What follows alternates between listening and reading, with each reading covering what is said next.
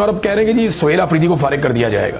और किस बुनियाद पे कह रहे हैं कि जनाब उसकी एक तस्वीर उसकी दूसरी तस्वीर से मैच कर गई तो हमने 9 मई में फिक्स कर देना है। ये एस्टेब्लिशमेंट की ख्वाहिश है। एस्टेब्लिशमेंट को ये प्रॉब्लम है, देखिए ना, DGISPR जिस लेवल तक पहुंच गए, उसके बाद DGISPR और फौज की, यानी मुझे ऐसा लगता है वो जिद में हुकूमत चला रहे हैं ना। मिलिट्री एस्टेब्लिशमेंट जिद कर रही है ना, जिद के साथ निजाम चला रही है, तो उनकी कोशिश है कि सोहेल अफरीदी को घर भेजे। तो मैं एक बात तो बड़ी क्लियरली आपको बता दूं कि सोहेल अफरीदी इमरान खान का एक खिलाड़ी है और इमरान खान की टीम में बेशुमार खिलाड़ी है। अगर आप सोहेल अफरीदी को निकालेंगे ना तो हाथ मल मल के रोएंगे और हाथ लगा लगा के पछताएंगे।